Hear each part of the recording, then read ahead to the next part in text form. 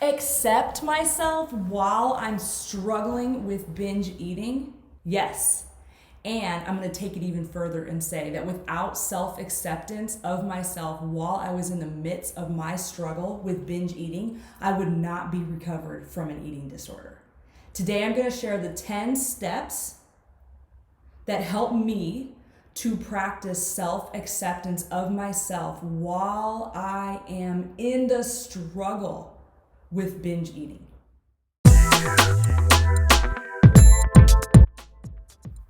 My name is Jessica Scalzo with Compassionate Peer Counseling.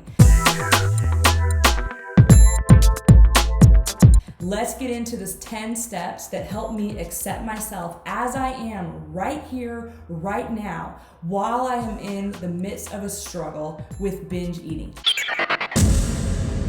Number 1, counter the cultural message. This will be another video topic because it can get quite detailed talking about this. To sum it up, the cultural message, I think we all know, is one that we all have, most of us, I would say, have internalized. There's something wrong with binge eating and something wrong with maybe eating more than our body needs, and that if we're engaging in this, there's something wrong with us. Counter that message. Chop it in half.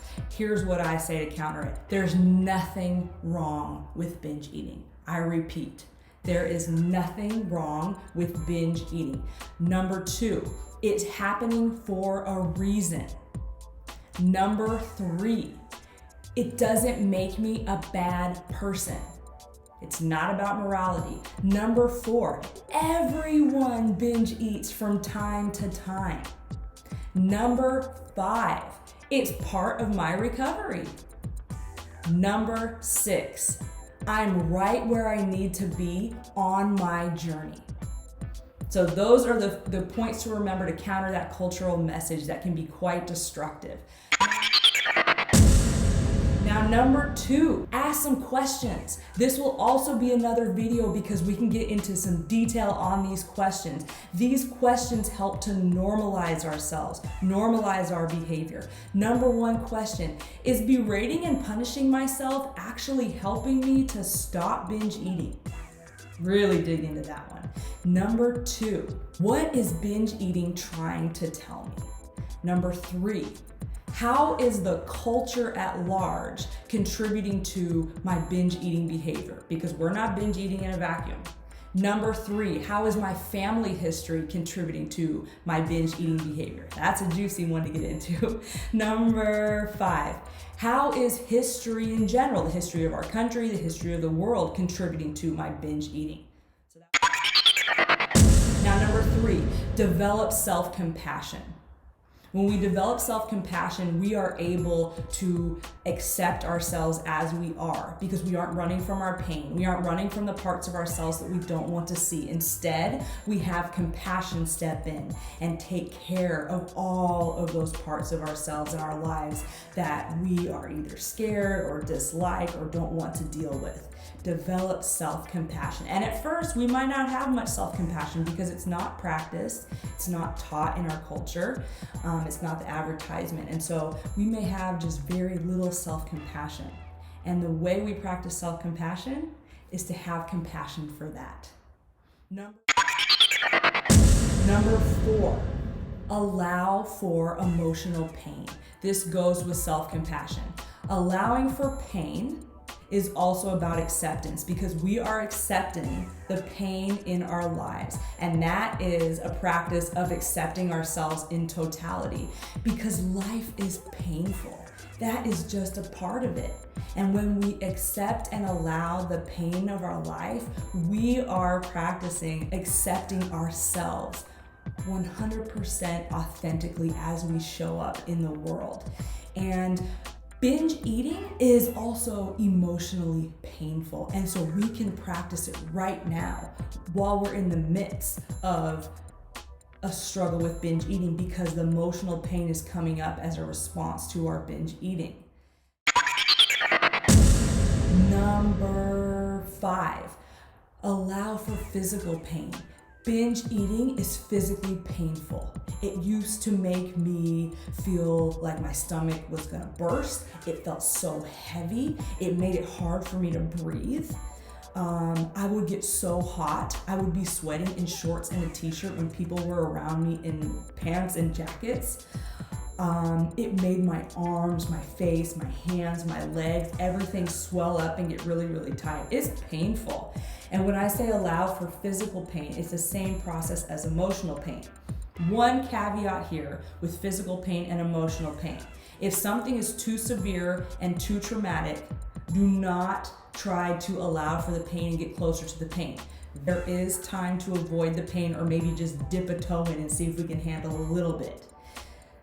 When it's not traumatic, when it's not bringing more trauma, then it will be okay for us to allow for the pain. It won't add any more stress to the body if it's not traumatic and really stressful pain, severe pain.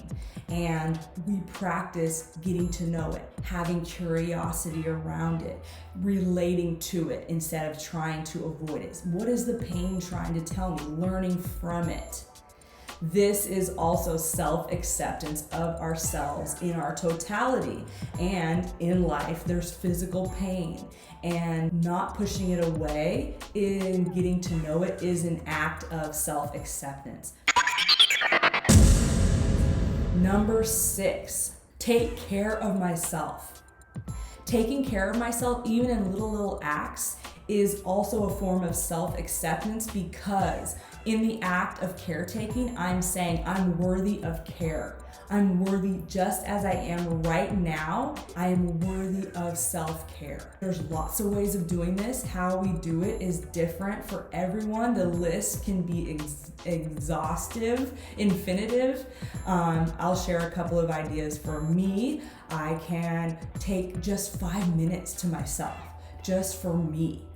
Maybe even just a minute if that's all that I have available. I can get some fresh air. I can go outside and get some sun on my face. I can get some rain on my face, some wind on my face. I can journal. I can take a nap.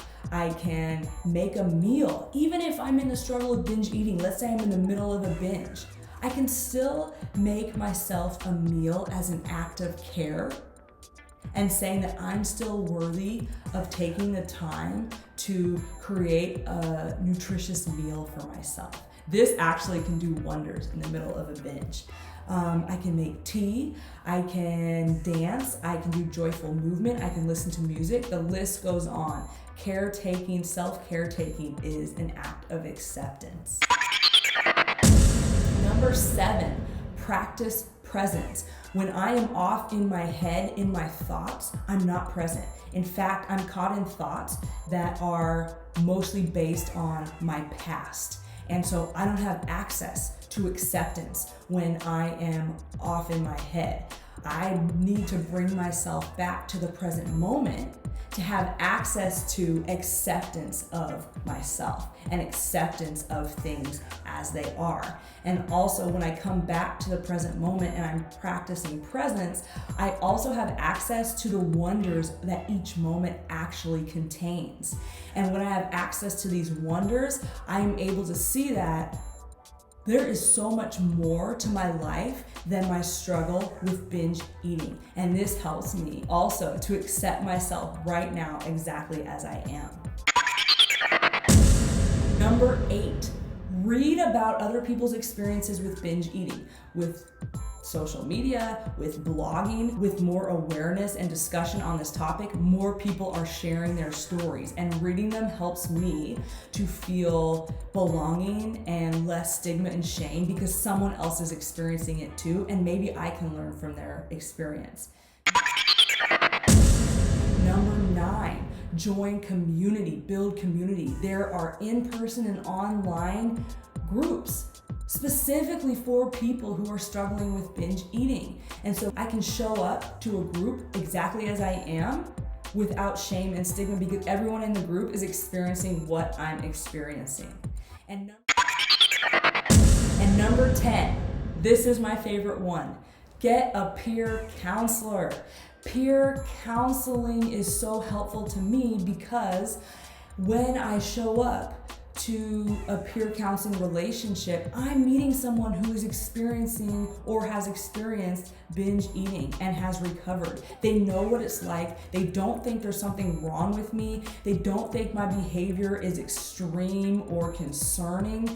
They don't tell me that I need to just eat less or I need to fix this or fix that. They accept me exactly as I am. And when someone accepts me exactly as I am, one, I can relax and just be myself. That helps with self-acceptance. And two, when I'm the recipient of acceptance, it helps me to practice my own self-acceptance. So that's definitely my favorite one. Self-acceptance is crucial to recovery from binge eating, from an eating disorder in general, and we have to start in the midst of our struggle. Without it, I would not have recovered. And just in general, we are worthy of acceptance just because we are. And practicing that in the middle of a struggle is really showing ourselves that we are worthy of acceptance. That's the 10 steps.